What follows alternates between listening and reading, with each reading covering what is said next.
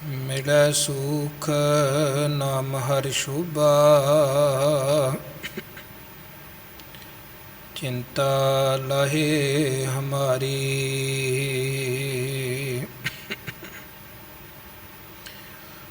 तू ठाकुर तू साहिबो,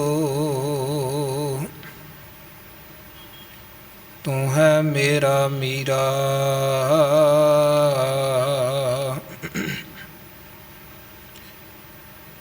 तुद भावै तेरी बंदगी, तुद भावै तेरी बंदगी। तू गुणी गहीरा,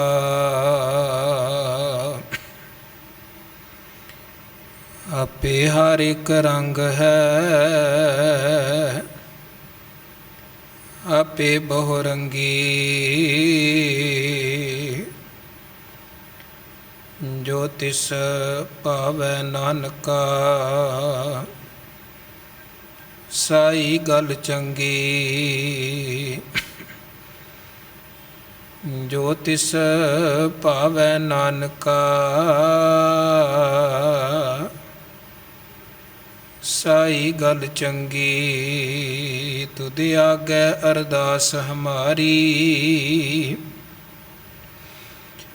जियो पिंड सब तेरा।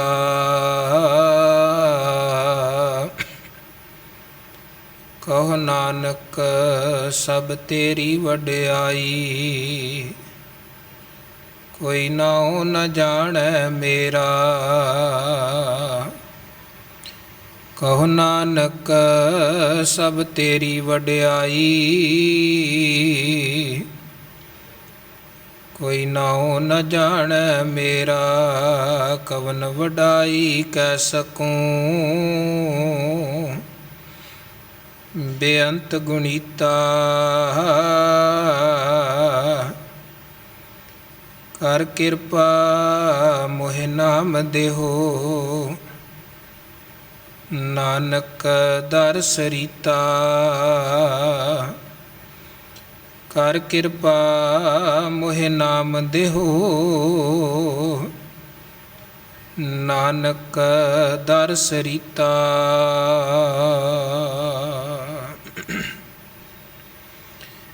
जुगो जुग अटल सतगुरु गुरगद्दी ते सुभाईमान दसां पातशाहियां दी जोत, गरीब नवाज सतगुरु ਸਾਹਿਬ ਸ਼੍ਰੀ ਗੁਰੂ ਗ੍ਰੰਥ ਸਾਹਿਬ ਜੀ ਮਹਾਰਾਜ ਜੀ ਦੀ ਪਾਵਨ ਪਵਿੱਤਰ ਮੁਬਾਰਕ ਅੰਮ੍ਰਿਤਮਈ ਹਜ਼ੂਰੀ ਵਿਖੇ ਜੁੜ ਬੈਠੀ ਸਨਮਾਨ ਔਰ ਸਤਿਕਾਰਯੋਗ ਗੁਰੂ ਰੂਪ ਸਾਧ ਸੰਗਤ,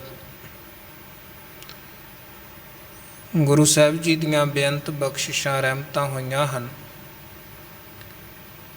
ਰੋਜ਼ਾਨਾ ਦੀ ਤਰ੍ਹਾਂ ਗੁਰੂ ਕੇ ਪਾਵਨ ਦਰਬਾਰ ਵਿਖੇ ਸਤ ਸੰਗਤ ਰੂਪ 'ਚ ਜੁੜ ਬੈਠੇ ਹਾਂ। ਵਡਭਾਗੀ ਹਰ ਸੰਗਤ ਪਾਵੈ, ਭਾਗਹੀਣ ਭਰਮ ਚੋਟਾ ਖਾਵੈ। ਬਿਨ ਭਾਗਾਂ ਸਤ ਸੰਗ ਨਾ ਲੱਭੈ, ਬਿਨ ਸੰਗਤ ਮੈਲ ਭਰੀਜੈ ਜੀਓ। ਵੱਡਿਆਂ ਭਾਗਾਂ ਦੀ ਨਿਸ਼ਾਨੀ ਹੈ ਗੁਰੂ ਸੰਗਤ 'ਚ ਜੁੜਨਾ, ਗੁਰੂ ਕੇ ਚਰਨਾਂ 'ਚ ਜੁੜਨਾ। ਔਰ ਇਹਨਾਂ ਘੜੀਆਂ ਨੂੰ ਸਕਾਰਤ ਔਰ ਸਫਲ ਬਣਾਉਂਦੇ ਹੋਏ ਪਾਵਨ ਪਵਿੱਤਰ ਬਾਣੀ ਦਾ ਓਟ ਆਸਰਾ ਸਹਾਰਾ ਲੈਂਦੇ ਹੋਏ ਪਾਵਨ ਬਾਣੀ ਦੇ ਸ਼ਬਦ ਕੀਰਤਨ ਦਾ ਆਨੰਦ ਆਪ ਜੀ ਨੇ ਮਾਣਿਆ। ਦੇਹੋ ਦਰਸ ਸੁਖ ਦਾਤਿਆ, ਮੈਂ ਗਲ ਵਿੱਚ ਲਿਹੋ ਮਿਲਾਏ ਜੀਓ। ਅਰਦਾਸ ਰੂਪ ਬਚਨ, ਹੇ ਸੁੱਖਾਂ ਦੇ ਦਾਤੇ ਵਾਹਿਗੁਰੂ ਜੀ, ਤੇਰਿਆਂ ਭਗਤਾਂ ਭੁੱਖ ਸਦ ਤੇਰੀ ਆ, ਹਰ ਲੋਚਾ ਪੂਰਨ ਮੇਰੀ ਆ।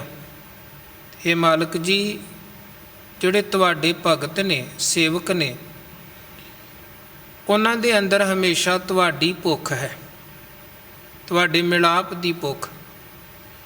ਔਰ ਇਹ ਅਰਦਾਸ ਹੈ ਤੁਹਾਡੇ ਚਰਨਾਂ 'ਚ ਕਿ ਸੁੱਖਾਂ ਦੇ ਦਾਤੇ ਵਾਹਿਗੁਰੂ ਜੀ, ਮੈਂ ਗਲ ਵਿੱਚ ਲਿਹੋ ਮਿਲਾਏ ਜੀਓ, ਕਿਰਪਾ ਕਰੋ ਸਾਨੂੰ ਆਪਣੇ ਗਲੇ ਲਗਾ ਲਵੋ, ਭਾਵ ਆਪਣੇ ਨਾਲ ਜੋੜ ਲਵੋ। ਸੋ ਬਹੁਤ ਪਿਆਰੇ ਇਹ ਬਚਨ ਨੇ। ਸਾਰਾ ਹੀ ਸ਼ਬਦ ਬੜਾ ਪਿਆਰਾ ਸ਼ਬਦ ਹੈ। ਕੀਰਤਨ ਰੂਪ 'ਚ ਆਪ ਜੀ ਨੇ ਇਹ ਬਚਨ ਸ਼ਰਵਣ ਕੀਤੇ ਨੇ। ਉਪਰੰਤ ਆਓ ਗੁਰਬਾਣੀ ਵਿਚਾਰ ਦੇ ਨਾਲ ਜੁੜੀਏ। ਸਭ ਤੋਂ ਪਹਿਲਾਂ ਸਰਬੰਸ ਦਾਨੀ, ਅੰਮ੍ਰਿਤ ਦੇ ਦਾਤੇ, ਸਾਹਿਬੇ ਕਮਾਲ, ਦਸਮ ਪਾਤਸ਼ਾਹ ਸਾਹਿਬ ਸ੍ਰੀ ਗੁਰੂ ਗੋਬਿੰਦ ਸਿੰਘ ਸਾਹਿਬ ਵੱਲੋਂ ਬਖਸ਼ਿਸ਼ ਕੀਤੀ ਹੋਈ ਫਤਿਹ ਪ੍ਰਵਾਨ ਕਰੋ। ਕੋਈ ਰਸਨਾ ਵਾਂਝੀ ਨਾ ਰਵੇ। ਗੱਜ ਵੱਜ ਕੇ ਆਖੋ ਜੀ ਵਾਹਿਗੁਰੂ ਜੀ ਕਾ ਖਾਲਸਾ, ਵਾਹਿਗੁਰੂ ਜੀ ਕੀ ਫਤਿਹ। ਧੰਨ ਗੁਰੂ ਅਰਜਨ ਦੇਵ ਜੀ ਮਹਾਰਾਜ ਜੀ ਦੀ ਪਾਵਨ ਅੰਮ੍ਰਿਤਮਈ ਰਸਨਾ ਤੋਂ ਉਚਾਰਨ। ਸੈਸਕ੍ਰੀਤੀ ਸ਼ਲੋਕਾਂ ਦੀ ਨਿਤਾ ਪ੍ਰਤੀ ਆਪ ਜੀ ਵਿਚਾਰ ਗੁਰੂ ਚਰਨਾਂ 'ਚ, ਗੁਰੂ ਗੋਦ 'ਚ ਜੁੜ ਮਿਲ ਬੈਠ ਸ਼ਰਵਣ ਕਰਦੇ ਹੋ। ਔਰ ਸਤਿਗੁਰੂ ਨੇ ਆਪ ਸਹਾਈ ਹੋ ਕੇ ਰਹਿਮਤ ਵਰਤਾ ਕੇ 21 ਸ਼ਲੋਕਾਂ ਤੱਕ ਦੀ ਵਿਚਾਰ ਦੀ ਸੇਵਾ ਲਈ ਹੈ। ਔਰ ਉਸ ਤੋਂ ਪਹਿਲਾਂ 4 ਸ਼ਲੋਕ ਗੁਰੂ ਨਾਨਕ ਦੇਵ ਜੀ ਮਹਾਰਾਜ ਜੀ ਦੇ ਉਚਾਰਨ ਕੀਤੇ। ਇੱਦਾਂ ਫਿਰ ਗੁਰੂ ਨਾਨਕ ਸਾਹਿਬ ਅਤੇ ਗੁਰੂ ਅਰਜਨ ਦੇਵ ਮਹਾਰਾਜ ਜੀ ਵੱਲੋਂ ਉਚਾਰਨ ਕੀਤੇ ਹੋਏ ਸਮੁੱਚੇ ਰੂਪ ਦੇ ਵਿੱਚ 25 ਸ਼ਲੋਕਾਂ ਤੱਕ ਦੀ ਹੁਣ ਤੱਕ ਆਪਾਂ ਵਿਚਾਰ ਦੀ ਸਾਂਝ ਪਾਈ ਹੈ। ਕੱਲ੍ਹ 2 ਸ਼ਲੋਕਾਂ ਦੀ ਵਿਚਾਰ ਆਪ ਜੀ ਨੇ ਸ਼ਰਵਣ ਕੀਤੀ। ਇੱਕ ਸ਼ਲੋਕ 'ਚ ਸਤਿਗੁਰੂ ਨੇ ਰਹਿਮਤ ਕਰਕੇ ਸੇਵਾ ਦੀ ਵਡਿਆਈ ਅਤੇ ਮਹਾਨਤਾ ਦੱਸੀ ਕਿ ਗੁਰੂ ਸੇਵਾ ਦੀ ਬੜੀ ਬਰਕਤ ਹੈ। ਕੋਈ ਐਸੀ ਦਾਤ ਨਹੀਂ ਹੈ ਜਿਹੜੀ ਸੇਵਾ ਕਰਨ ਵਾਲੇ ਸੇਵਕ ਦੀ ਝੋਲੀ 'ਚ ਉਹ ਦਾਤਾਰ ਗੁਰੂ ਨਾ ਪਾਉਣ। ਬੜੇ ਪਿਆਰੇ ਬਚਨ ਸ਼ਲੋਕ ਦੇ ਅਖੀਰਲੇ ਕਿ ਪਾਰ ਬ੍ਰਹਮ ਪੁਰਖ ਦਾਤਾਰੈ, ਨਾਨਕ ਗੁਰ ਸੇਵਾ ਕਿੰਗ ਨਾ ਲੱਭਿਅਤੇ। ਕਿਹੜੀ ਦਾਤ ਹੈ ਜਿਹੜੀ ਸੇਵਾ ਕਰਕੇ ਨਹੀਂ ਲੱਭਦੀ। ਸੋ ਇੱਕ ਸ਼ਲੋਕ 'ਚ ਸਤਿਗੁਰੂ ਨੇ ਸੇਵਾ ਦੀ ਵਡਿਆਈ ਦ੍ਰਿੜ ਕਰਾਈ ਅਤੇ ਉਸ ਤੋਂ ਬਾਅਦ ਅਗਲੇ ਸ਼ਲੋਕ 'ਚ ਸਿਮਰਨ ਦੀ ਵਡਿਆਈ ਦ੍ਰਿੜ ਕਰਵਾਉਂਦਿਆਂ ਹੋਇਆਂ ਇਹ ਕਿਹਾ ਕਿ ਵਾਹਿਗੁਰੂ ਜੀ ਦਾ ਨਾਮ ਹੀ ਸਾਡੇ ਲਈ ਸਭ ਤੋਂ ਉੱਤਮ ਅਤੇ ਸ੍ਰੇਸ਼ਟ ਸਹਾਰਾ ਹੈ ਅਤੇ ਨਿਰਧਨਾਂ ਦੇ ਲਈ ਪਰਮਾਤਮਾ ਦਾ ਨਾਮ ਧਨ ਹੈ। ਔਰ ਜਿਨ੍ਹਾਂ ਦਾ ਕੋਈ ਸਹਾਰਾ ਨਹੀਂ ਹੈ ਉਹਨਾਂ ਦਾ ਸਹਾਰਾ ਹੈ ਵਾਹਿਗੁਰੂ। ਅਨਾਥਾਂ ਦਾ ਉਹ ਨਾਥ ਹੈ, ਬਲਹੀਣਾਂ ਦੇ ਲਈ ਬਲ ਹੈ ਪਰਮਾਤਮਾ। ਜਾਚੰਤ ਨਾਨਕ ਕਿਰਪਾਲ ਪ੍ਰਸਾਦੰ, ਨੈ ਬਿਸਰੰਤ ਨਾਰਾਇਣ। ਇਹ 21 ਨੰਬਰ ਸ਼ਲੋਕ ਦੇ ਅਖੀਰ 'ਚ ਸਤਿਗੁਰੂ ਨੇ ਬੇਨਤੀ ਕੀਤੀ, ਵਾਹਿਗੁਰੂ ਜੀ ਸਾਡੇ 'ਤੇ ਕਿਰਪਾ ਕਰੋ, ਰਹਿਮਤ ਵਰਤਾਓ ਕਿ ਨੈ ਬਿਸਰੰਤ ਨਾਰਾਇਣ। ਤੁਹਾਡੀ ਜਿਹੜੀ ਯਾਦ ਹੈ, ਤੁਹਾਡਾ ਜਿਹੜਾ ਸਿਮਰਨ ਹੈ ਸਾਨੂੰ ਨਾ ਭੁੱਲੇ, ਭਾਵ ਅਸੀਂ ਹਮੇਸ਼ਾ ਤੁਹਾਡੀ ਯਾਦ 'ਚ, ਇਬਾਦਤ 'ਚ, ਬੰਦਗੀ 'ਚ ਜੁੜੇ ਰਹੀਏ। ਇੱਦੋਂ ਅੱਗੇ ਅੱਜ ਸਤਿਗੁਰੂ ਸੱਚੇ ਪਾਤਸ਼ਾਹ ਜੀ ਰਹਿਮਤ ਕਰਦੇ ਹੋਏ 22 ਨੰਬਰ ਸ਼ਲੋਕ ਰਾਹੀਂ ਕਿਰਪਾ ਕਰਦੇ ਹਨ। ਨੈ ਸਮਰਥੰ ਨੈ ਸੇਵਕੰ ਨੈ ਪ੍ਰੀਤ ਪਰਮ ਪੁਰਖੋਤਮੰ। ਇਸ ਸ਼ਬਦ ਰਾਹੀਂ ਸਤਿਗੁਰੂ ਨੇ ਸਾਨੂੰ ਸਮਝਾਇਆ ਕਿ ਅਸੀਂ ਦਾਅਵੇ ਨਹੀਂ ਕਰਨੇ ਹਨ। ਇਹ ਸਾਨੂੰ ਗੁਰਬਾਣੀ 'ਚੋਂ ਵੀ ਉਪਦੇਸ਼ ਮਿਲਦਾ ਹੈ। ਨਿਮਾਣਤਾ ਨਿਰਬਾਣਤਾ ਧਾਰਨ ਕਰਕੇ ਰੱਖਣਾ ਹੈ। ਔਰ ਇਤਿਹਾਸ ਰਾਹੀਂ ਵੀ ਗੁਰੂ ਕਾ ਇਤਿਹਾਸ ਵੀ ਇਹਦੀ ਸਾਨੂੰ ਸਿੱਖਿਆ ਦਿੰਦਾ ਹੈ ਕਿ ਦਾਅਵੇ ਨਹੀਂ ਕਰਨੇ ਹਨ। ਮਾਣ ਹੁੰਦਿਆਂ ਵੀ ਨਿਮਾਣਾ ਬਣ ਕੇ ਰਹਿਣਾ ਹੈ, ਤਾਣ ਹੁੰਦਿਆਂ ਵੀ ਨਿਤਾਣਾ ਬਣ ਕੇ ਰਹਿਣਾ। ਔਰ ਘੱਟ ਤੋਂ ਘੱਟ ਗੁਰੂ ਕੋਲ ਜਦੋਂ ਆਈਏ ਨਾ ਉਦੋਂ ਫਿਰ ਦਾਅਵਾ ਨਾ ਕਰੀਏ, ਉਦੋਂ ਤੇ ਨਿਮਾਣੇ ਬਣ ਕੇ ਰਹੀਏ। ਕਿਉਂਕਿ ਗੁਰੂ ਕੋਲ ਹੈ ਕੋਈ ਸਾਜਨ ਪਰਦਾ ਤੋਰਾ, ਕੋਈ ਇੱਦਾਂ ਦਾ ਪਰਦਾ ਨਹੀਂ ਹੈ ਜਿਹੜਾ ਸਾਡੇ ਤੇ ਗੁਰੂ ਵਿਚਕਾਰ ਹੋਏ ਅਤੇ ਗੁਰੂ ਸਾਨੂੰ ਅਤੇ ਸਾਡੇ ਕਰਮਾਂ ਨੂੰ ਵੇਖ ਨਾ ਸਕਦੇ ਹੋਣ, ਜਾਂ ਵਾਹਿਗੁਰੂ ਸਾਨੂੰ ਅਤੇ ਸਾਡੇ ਕਰਮਾਂ ਨੂੰ ਵੇਖ ਨਾ ਸਕਦਾ ਹੋਵੇ। ਆਪਾਂ ਰੋਜ਼ ਗੁਰੂ ਸਾਹਿਬ ਦੇ ਬਚਨ ਪੜ੍ਹਦੇ। ਮਹਾਰਾਜ ਕਹਿੰਦੇ ਇੱਕ ਬੜੀ ਹੈਰਾਨ ਕਰ ਦੇਣ ਵਾਲੀ ਇਹ ਦਾਤੇ ਦੀ ਖੇਡ ਕੁਦਰਤ ਹੈ ਕਿ ਉਹ ਸਾਰਿਆਂ ਨੂੰ ਵੇਂਦਾ ਹੈ, ਸਾਨੂੰ ਉਹ ਨਹੀਂ ਦਿਸਦਾ। ਉਹ ਵੇਖੈ ਉਹਨਾਂ ਨਦਰ ਨਾ ਆਵੇ ਬਹੁਤਾ ਇਹੋ ਵਿਡਾਣ। महाराज कहते यही तो हैरान कर देने वाली खेड है। तो बंदा इस खेड करके भुलेखा खा जाता कि जे मैनू नहीं दिसदा तो शायद रब नूं भी नहीं दिसदा, गुरु नूं भी नहीं दिसदा। इस करके बंदा फिर झूठे दावे करन लग जाता। दसम पातशाह जी के समय की एक बड़ी प्यारी साखी है। किसी पिंड तो कुछ सिख सतगुरां दे दरबार च आउंदे सन। कदे कदे उन्होंने आउणा महीने 15 दिन, कोई 2 महीने, क्योंकि सिख भी कई तरह के सिख हुंदे हन। एक वो हुंदे ने जिहड़े वड्डियां भागां वाले रोज़ गुरु के दरबार च हाज़री भरदे, गुरु की संगत च जुड़दे ने। कई फिर संगरादीए सिख भी हुंदे ने जिहड़े संगरांद वाले दिन ही आउंदे ने महीने बाद। कई पुन्निया ते ही आउंदे हन, उन्हां अपने अपने दिन मिथे ने उदण ही आउणा। कई साल बाद हाज़री वाले भी हुंदे जिन्हां बस गुरु नानक साहब दे गुरपुरब ते ही हाज़री भरनी, जां दिवाली ते हाज़री भर लई, जां नवें साल वाले दिन हाज़री भर लई, बाकी दिन नहीं। हुण वख वख तरह की बिरती है, पर जिहड़े भावना प्यार वाले हुंदे ने उन्हां नूं पता है कि मेरे गुरु का हुक्म है रोज़ संगत च जुड़ना, तो वो रोज़ जुड़ते हैं। गुरु साहब के दर्शन दीदार करते, पावन मुख वाक सुनते, कथा कीर्तन सुनते हैं।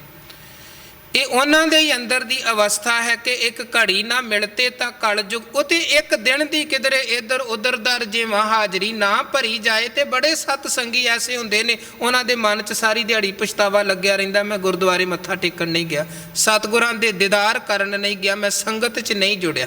भावना है ना।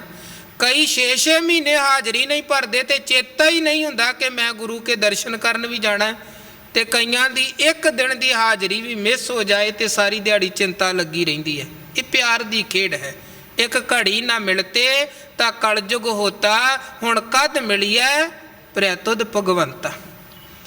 वो किसे पिंडों आउंदे सन कुछ सिख सतगुरां दे दरबार च आउणा, तो उन्होंने कदे कदे, पर जदों सतगुरां दे कोल आके बहना तो गल्लां बड़ियां वड्डियां वड्डियां करनियां। महाराज असीं तां बड़े पक्के सिख हां जी, तुहाडे बड़े पक्के सिख हां। कई बार सतगुरां ने हमेशा कहना भाई गुरु दरबार च आके दावे नहीं करीदे, निमरता रख के रहना चाहिए है। ठीक है तुसी पक्के हो, असीं कदों कहा तुसी कच्चे हो, हाज़री भरदे, ठीक है पक्के।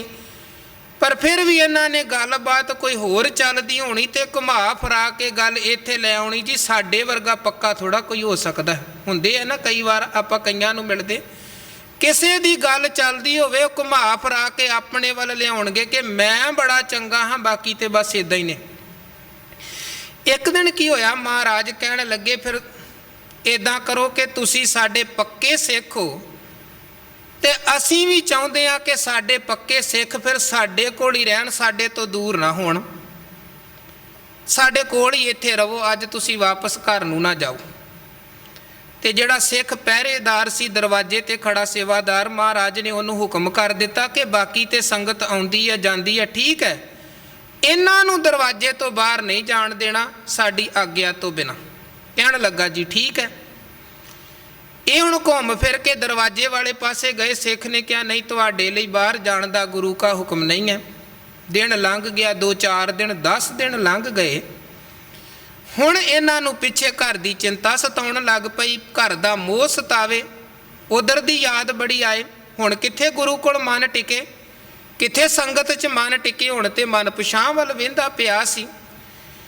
बड़े इन्हां ने तरीके अपनाए पर बाहर जाण दी गल नहीं सी बन रही। इन्हां ने विचार कीती कि इदां करदे हां कि साडे चों एक बंदा मरण दा नाटक करदा है कि मर गया है, बाकी 4 आपां तख्ते ते उहनूं रखांगे, चुक लवांगे, जिहड़े 1-2 है होर हैगे ने वो भी नाल नाल चल पिओ। कवांगे महाराज साडा साथी चढ़ाई कर गया जी, हुण ते फिर इहनूं लैके पिंड जाना ही पैना, फिर जाके संस्कार आदक भी करना, इहदे घर वाले भी अखीर वेले दा मूँह वेख लैणगे। इन्हां ने इदां ही कीता। एक ने मरे होण दा नाटक कर लिया, वो लेट गया, उहनूं तख्ते ते पा लिया ते 4 ने उहनां नूं मोढिਆਂ ते चुक लिया ते तुर पए किले दे बाहर दरवाजे वाल नूं। ते गुरु कलगीधर महाराज ने वेख्या, कहण लगे ये कौन जांदा पिया, कौन चढ़ाई कर गया है। सिख कहण लगे महाराज लगदा उन्हां चों कोई है जिहड़े कहिंदे सन असीं बड़े पक्के सिख हां, जिन्हां नूं तुसीं अपने कोल रखिया। महाराज कहने लगे रोको। दरवाजे ते खड़े सिख ने रोक लिया। सतगुरु उत्थे पहुँच गए। महाराज कहने लगे की होया है? ये कहने लगे महाराज बड़ा भाना वरत गया, साडा ते साथी चढ़ाई कर गया है, साडा ते साथी चढ़ाई कर गया ते हुण महाराज असी इहनूं लैके चले हाँ घर पिंड, ताकि अखीर वेले दे घर वाले दा मूँह वेख लैण, बाकी किरिया कर्म संस्कार भी कर दिता जाएगा। गुरु महाराज कहन लगे इहनूं लैके तुसी पिंड इहदे घर ना जाओ। ठीक है, ये चढ़ाई कर गया, इहदा दुख असी भी मानते हाँ, पर वेखो ये सी साडा बड़ा प्यारा सिख ते जिंदगी भर ये दावे करदा रहा साडे कोल आके जी मैं तुहाडा पक्का सिख हाँ, पक्का सिख हाँ, ते पक्का सिख सी ते अज असी अपने सिख नूं अपने तो दूर किदां कर दईए। यदि हुण आपां इत्थे ही चिखा चिण के ते इत्थे ही संस्कार करांगे। इहदा हुक्म कर दिता महाराज, कहण लगे करो लकड़ां दा प्रबंध, इहदा संस्कार करिए। ते हुण बाकी तां ठीक है, जिन्ना चुक्या सी उन्हां नूं ते फर्क कोई नहीं पैंदा, पर जिहड़ा अंदर मरे होण दा नाटक कर रिहा सी वो ते घबरा गया कि किधरे जिउंदे नूं ना साड़ सुट्टण महाराज। एकदम जिहड़ा उपर कपड़ा लिया सी वो चुक के कहन लगा महाराज मैं मरिया नहीं हाँ, मैं जिउंदा हाँ, मैं मरिया नहीं हाँ, मैं जिउंदा हाँ। महाराज कहन लगे सानू भी पता सी तू मरिया नहीं है, बस मरे होण दा केवल नाटक कर रहे हो, केवल नाटक कर रहे हो। सतगुरु कहन लगे तुसी ते बड़े दावे करदे सी असी बड़े पक्के हाँ, हुण की हो गया? हुण किदां दे बहाने बना के बाहर जांदे पए जे? इन्हां नूं होर तां कोई गल ना सुझी, बड़ी चलाकी दे नाल कहण लगे महाराज वेखो तुसी ते साडा सारा कुछ बाहर जाहर करके रख दिता। गुरु ते सिखां दे पड़दे ढकदा है, तुसी ते पड़दा रहण ही कोई ना दिता। वेखो सारे सिख बाकी साडे ते हसदे पए ने, तुसी ते पड़दे ढक्कण वाले हो, तुसी ते साडा पड़दा ही चुक के रख दिता। महाराज कहण लगे ओए बहुते हो चलाको, जे अज तुहानू असी इदां ही जान देंदे ते तुसी बाहर जाके गुरु बारे की गल्लां करनियां सी कि वेखो गुरु नू भी मूर्ख बना के आ गए हाँ। पहला झूठे दावे करते हो, फिर जाके झूठे बोल बोलने सी। सतगुरु सच्चे पातशाह कहने लगे इदां दियां चलाकियां इस रस्ते ते नहीं चलदियां। आपां रोज गुरु के बचन भी पढ़ते, सह सियाणपा लख होए तां इक ना चल। गुरु कोल काहदा पड़दा है? ये मन चंचला चितराई किने ना पाया। ये चितराइयां चलाकियां दी खेड नहीं है, ते बिल्कुल आप गवाए सेवा करे तां किछ पाए मान। समर्पित होण दी खेड है, समर्पित होण दी। इत्थे ते गुरु कहंदे जे तेरे कोल मान है तू तां भी निमाणा बन के रह, ते जिहदे पल्ले ही कुछ ना होवे ते ओह वड्डे वड्डे दावे करे, फिर ओह मूर्खता नहीं है ते होर की है? ओह मूर्खता है। सतगुरु गुरु अर्जन देव महाराज कहते न समर्थं न सेवकं न प्रीत परम पुरखोत्तमं। हे मालक जी कोई साड़ी ताकत नहीं है, असी दावा कोई करिए जी बड़े वड्डे बड़े महान हाँ, कोई ताकत न समर्थं, कोई साड़ी समर्था नहीं है, ना ही कोई असी तुहाडे सेवक हाँ। कोई असी ये दावा नहीं करते कि असी बड़े पक्के सेवक हाँ, असी बड़े पक्के सिख हाँ। निमरता धारण करके रहना है। दावे गुरु कोल नहीं चलते, क्योंकि गुरु जानते ने केड़ा कच्चा केड़ा पक्का है। गुरु नानक महाराज कहते कच पकाई उथे पाए। बचन आपां पढ़ते हैं ना, करमी करमी होए विचार, सच्चा आप सच्चा दरबार। वो आप सच्चा, ओदा दरबार सच्चा है। सच्चा आप सच्चा दरबार तिथै सोहण पंच परवान। ਜਿਹੜੇ ਉੱਚੇ ਜੀਵਨ ਵਾਲੇ ਹਨ, ਪੰਚ ਬਿਰਤੀ ਵਾਲੇ ਹਨ, ਉਹ ਮਾਲਕ ਦੇ ਘਰ ਸ਼ੋਭਾ ਪਾਉਂਦੇ ਨੇ। ਉਹ ਦਾਵਾ ਨਹੀਂ ਕਰਦੇ, ਮਾਲਕ ਫਿਰ ਵੀ ਉਹਨਾਂ ਨੂੰ ਵਡਿਆਈ ਬਖਸ਼ਦਾ ਹੈ। ਤਿੱਥੈ ਸੋਹਣ ਪੰਚ ਪ੍ਰਵਾਨ, ਨਦਰੀ ਕਰਮ ਪਵੈ ਨਿਸ਼ਾਨ, ਕੱਚ ਪਕਾਈ ਉਥੈ ਪਾਏ ਨਾਨਕ ਗਿਆ ਜਪ। ਕਿਹੜਾ ਕੱਚਾ ਕਿਹੜਾ ਪੱਕਾ ਉਹ ਤੇ ਮਾਲਕ ਜਾਣਦਾ। ਇੱਥੇ ਤੇ ਸਾਰੇ ਹੀ ਆਪਣੀ ਆਪਣੀ ਥਾਂ ਤੇ ਕਹਿੰਦੇ ਮੇਰੇ ਵਰਗਾ ਪੱਕਾ ਹੀ ਕੋਈ ਨਹੀਂ ਹੈ, ਮੇਰੇ ਵਰਗਾ ਸੱਚਾ ਹੀ ਕੋਈ ਨਹੀਂ, ਮੇਰੇ ਵਰਗਾ ਇਮਾਨਦਾਰ ਹੀ ਕੋਈ ਨਹੀਂ ਹੈ। ਗੁਰੂ ਜਾਣਦੇ ਨੇ ਕਿਹੜਾ ਕਿੱਥੇ ਹੈ। ਸੋ ਗੁਰੂ ਕੋਲ ਆ ਕੇ ਦਾਵਾ ਵਿਖਾਵਾ ਨਹੀਂ, ਗੁਰੂ ਕੋਲ ਆਉਣਾ ਤੇ ਬਿਲਕੁਲ ਸਮਰਪਿਤ ਹੋ ਕੇ ਸੇਵਕ ਬਣ ਕੇ ਆਉਣਾ ਹੈ। ਜਿਵੇਂ ਮਹਾਰਾਜ ਜੀ ਆਪ ਭਾਵੇਂ ਸਰਬ ਕਲਾ ਸਮਰੱਥ ਵਡਿਆਈਆਂ ਦੇ ਮਾਲਕ ਨੇ, ਫਿਰ ਵੀ ਕਿੰਨੀ ਨਿਮਰਤਾ ਰੱਖ ਕੇ ਗੱਲ ਕਰਦੇ ਹਨ ਕਿ ਤੁਧ ਆਗੈ ਅਰਦਾਸ ਹਮਾਰੀ, ਜੀਓ ਪਿੰਡ ਸਭ ਤੇਰਾ, ਕਹੋ ਨਾਨਕ ਸਭ ਤੇਰੀ ਵਡਿਆਈ, ਕੋਈ ਨਾਉ ਨਾ ਜਾਣੇ। ਇਹ ਹੈ ਨਿਮਰਤਾ। ਬੜੇ ਲੋਕ ਕਬੀਰ ਸਾਹਿਬ ਨੂੰ ਸਲਾਉਣ, ਕਬੀਰ ਸਾਹਿਬ ਦੀ ਵਡਿਆਈ ਕਰਨ, ਤੇ ਕਬੀਰ ਸਾਹਿਬ ਕਹਿੰਦੇ ਇਹ ਵਡਿਆਈਆਂ ਭਾਈ ਮੇਰੀਆਂ ਨਹੀਂ ਹਨ, ਮੈਂ ਕੁਝ ਕਰਨ ਦੇ ਸਮਰੱਥ ਨਹੀਂ। ਕਬੀਰ ਨਾ ਹਮ ਕੀਆ ਨਾ ਕਰਾਂਗੇ, ਨਾ ਕਰ ਸਕੈ ਸਰੀਰ, ਕਿਆ ਜਾਨੋ ਕਿਛ ਹਰ ਕੀਆ ਭਇਓ ਕਬੀਰ। ਕਬੀਰ ਕਹਿੰਦੇ ਕੀਤਾ ਤੇ ਸਾਰਾ ਕੁਝ ਰੱਬ ਨੇ ਹੈ, ਭਇਓ ਕਬੀਰ। ਕਬੀਰ ਕਰਨ ਕਰਾਉਣ ਵਾਲਾ ਤੇ ਰੱਬ ਹੈ, ਤੇ ਜੇ ਕਬੀਰ ਕਬੀਰ ਵੀ ਹੁੰਦਾ ਪਿਆ ਉਹ ਵੀ ਉਹ ਵਾਹਿਗੁਰੂ ਦੀ ਵਡਿਆਈ ਹੈ। ਸੋ ਨਿਮਰਤਾ, ਸਮਰਪਿਤ ਭਾਵ। ਗੁਰੂ ਕੋਲ ਆ ਕੇ ਕਹਿਣਾ ਜਪ ਤਪ ਸੰਜਮ ਧਰਮ ਨਾ ਕਮਾਇਆ, ਸੇਵਾ ਸਾਧ ਨਾ ਜਾਣਿਆ ਹਰ ਰਾਇਆ, ਕਹੋ ਨਾਨਕ ਹਮ ਨੀਚ ਕਰਮਾ, ਸ਼ਰਨ ਪਰੇ ਕੀ ਰਾਖੋ ਸ਼ਰਮਾ। ਮਾਲਕ ਜੀ ਕੁਝ ਮੇਰੇ ਪੱਲੇ ਨਹੀਂ ਹੈ, ਗਿਆਨ ਧਿਆਨ ਕਿਛ ਕਰਮ ਨਾ ਜਾਣਾ, ਸਾਰ ਨਾ ਜਾਣਾ ਤੇਰੀ, ਸਭ ਤੇ ਵੱਡਾ ਸਤਿਗੁਰ ਨਾਨਕ, ਜਿਨ ਕਲ ਰਾਖੀ ਮੇਰੀ। ਨਾ ਦਾਤਾ ਜੀ ਮੈਂ ਸਮਰੱਥ ਹਾਂ, ਨਾ ਮੈਂ ਸੇਵਕ ਹਾਂ, ਨਾ ਮੇਰੀ ਉਸ ਪਰਮ ਸਰਬ ਵਿਆਪਕ ਪਰਮਾਤਮਾ ਦੇ ਨਾਲ ਕੋਈ ਪ੍ਰੀਤ ਹੈ। ਨਹਿ ਪ੍ਰੀਤ ਪਰਮ ਪੁਰਖੋਤਮੰ। ਪਰਮ ਪੁਰਖੋਤਮੰ ਦਾ ਭਾਵ ਹੈ ਉੱਤਮ ਪੁਰਖ, ਨਿਰੰਕਾਰ ਪਰਮਾਤਮਾ ਵਾਹਿਗੁਰੂ ਜੀ ਦੇ ਲਈ ਇਹ ਸ਼ਬਦ ਵਰਤਿਆ ਗਿਆ ਹੈ। ਤਵ ਪ੍ਰਸਾਦ ਸਿਮਰਤੇ ਨਾਮੰ, ਨਾਨਕ ਕਿਰਪਾਲ ਹਰ ਹਰ ਗੁਰੰ। ਹੇ ਵਾਹਿਗੁਰੂ ਜੀ, ਤੁਹਾਡੀ ਕਿਰਪਾ ਸਦਕਾ ਹੀ ਤੁਹਾਡੇ ਨਾਮ ਨੂੰ ਜਪਿਆ ਜਾ ਸਕਦਾ ਹੈ, ਤੁਹਾਡੇ ਨਾਮ ਨੂੰ ਧਿਆਇਆ ਜਾ ਸਕਦਾ ਹੈ। ਇਸ ਕਰਕੇ ਹੇ ਸਤਿਗੁਰੂ, ਹੇ ਮਾਲਕ ਜੀ, ਆਪਣੀ ਕਿਰਪਾ ਵਰਤਾਓ, ਆਪਣੀ ਸਮਰੱਥਾ ਵਰਤਾਵੋ, ਤਾਂ ਕਿ ਅਸੀਂ ਜਪ ਸਕੀਏ, ਅਸੀਂ ਭਜਨ ਬੰਦਗੀ ਕਰ ਸਕੀਏ। ਕਿਉਂਕਿ ਆਪ ਜਪਾਏ ਜਪੈ ਸੋ ਨਾਉ, ਆਪ ਗਵਾਏ ਸੋ ਹਰ ਗੁਣ ਗਾਓ। ਸੋ ਨਿਮਰਤਾ ਧਾਰਨ ਕਰਕੇ, ਝੋਲੀ ਅੱਡ ਕੇ, ਭਿਖਾਰੀ ਬਣ ਕੇ, ਸੇਵਕ ਬਣ ਕੇ ਗੁਰੂ ਕੋਲ ਆਉਣਾ ਹੈ, ਦਾਅਵੇਦਾਰ ਬਣ ਕੇ ਨਹੀਂ ਆਉਣਾ। ਇਦੋਂ ਅਗਲੇ ਸ਼ਲੋਕ 'ਚ ਸਤਿਗੁਰੂ ਫਰਮਾਨ ਕਰਦੇ ਹਨ, ਪਰਣ ਪੋਖਣ ਕਰੰਤ ਜੀਆ, ਵਿਸ਼ਰਾਮ ਸਾਧਨ ਦੇਵੰਤ ਦਾਨੰ। ਉਹ ਜੋ ਵਾਹਿਗੁਰੂ ਹੈ ਕਿੱਡਾ ਵੱਡਾ ਦਾਤਾ ਹੈ, ਕਿੰਨੀਆਂ ਦਾਤਾਂ ਸਾਨੂੰ ਦੇਣ ਵਾਲਾ ਹੈ। ਉਹਦੀਆਂ ਦਾਤਾਂ ਬਖਸ਼ਿਸ਼ਾਂ ਦੀ ਗਿਣਤੀ ਨਹੀਂ ਕਰ ਸਕਦੇ ਹਾਂ ਆਪਾਂ, ਬਹੁਤ ਦਾਤਾਂ। ਰਮਈਆ ਕੇ ਗੁਣ ਚੇਤ ਪ੍ਰਾਨੀ, ਕਵਨ ਮੂਲ ਤੇ ਕਵਨ ਦ੍ਰਿਸ਼ਟਾਨੀ। ਮਹਾਰਾਜ ਕਹਿੰਦੇ ਉਸ ਰੱਬ ਦਾ ਚੇਤਾ ਕਰ, ਵੇਖ ਉਹਨੇ ਤੈਨੂੰ ਕੀ ਤੋਂ ਕੀ ਬਣਾ ਦਿੱਤਾ ਹੈ, ਕੀ ਤੋਂ ਕੀ ਬਣਾ ਦਿੱਤਾ ਹੈ। ਉਹ ਪਰਮਾਤਮਾ ਭਰਨ ਪੋਖਣ ਕਰੰਤ ਜੀਆ, ਸਭ ਜੀਵਾਂ ਦੀ ਪਾਲਣਾ ਪੋਸ਼ਣਾ ਕਰਨ ਵਾਲਾ ਹੈ ਉਹ ਪਰਮਾਤਮਾ। ਉਸੇ ਨੇ ਸਾਨੂੰ ਸੰਸਾਰ ਅੰਦਰ ਜਨਮ ਦੀ, ਜੀਵਨ ਦੀ ਦਾਤ ਬਖਸ਼ੀ ਹੈ, ਔਰ ਇਸ ਜਗਤ ਅੰਦਰ ਸਾਡਾ ਪਾਲਣਹਾਰ ਵੀ ਉਹ ਅਕਾਲ ਪੁਰਖ ਹੈ, ਪਰਮਾਤਮਾ ਹੈ। ਵਿਸ਼ਰਾਮ ਸਾਧਨ ਦੇਵੰਤ ਦਾਨੰ। ਵਿਸ਼ਰਾਮ ਦਾ ਭਾਵ ਹੈ ਰਹਿਣ ਦੇ ਲਈ ਘਰ ਟਿਕਾਣਾ, ਜਿੱਥੇ ਆਪਾਂ ਰਹਿੰਦੇ ਹਾਂ।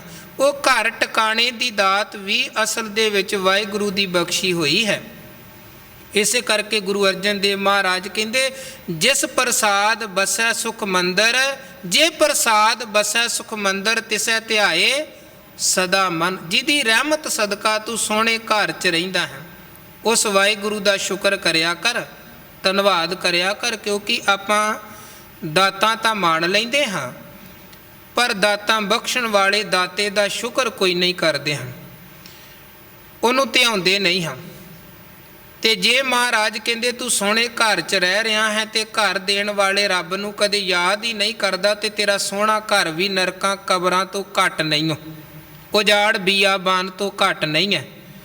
ਬਸੰਤ ਸਵਰਗ ਲੋਕੈ ਜਿਤ ਤੇ ਪ੍ਰਿਥਵੀ ਨਵ ਖੰਡਣੈ, ਬਿਸਰੰਤ ਹਰ ਗੋਪਾਲੈ, ਨਾਨਕ ਤੇ ਪ੍ਰਾਣੀ ਉਦਿਆਨ ਭਰਮਣੈ। ਕੋਈ ਸਵਰਗਾਂ ਵਰਗੀ ਸੋਹਣੀ ਥਾਂ ਰਹਿੰਦਾ ਹੋਵੇ ਔਰ ਸਾਰੀ ਧਰਤੀ ਨੂੰ ਵੀ ਜਿੱਤ ਲਵੇ, ਪਰ ਜੇ ਉਸ ਬੰਦੇ ਨੂੰ ਰੱਬ ਭੁੱਲਿਆ ਤੇ ਗੁਰੂ ਕਹਿੰਦੇ ਇਦਾਂ ਸਮਝੋ ਜਿਵੇਂ ਕਿਸੇ ਉਜਾੜ 'ਚ ਭਟਕ ਰਿਹਾ ਹੈ, ਮਤ ਸਮਝੋ ਉਹ ਸਵਰਗਾਂ ਵਰਗੀ ਸੋਹਣੀ ਥਾਂ 'ਚ ਰਹਿ ਰਿਹਾ ਹੈ। ਕੌਤਕ ਕੋਡ ਤਮਾਸ਼ਿਆਂ ਚਿੱਤ ਨਾ ਆਵਸ ਨਾਉ, ਨਾਨਕ ਕੋੜੀ ਨਰਕ ਬਰਾਬਰੇ ਉਜੜ ਸੋਈ ਥਾਂ।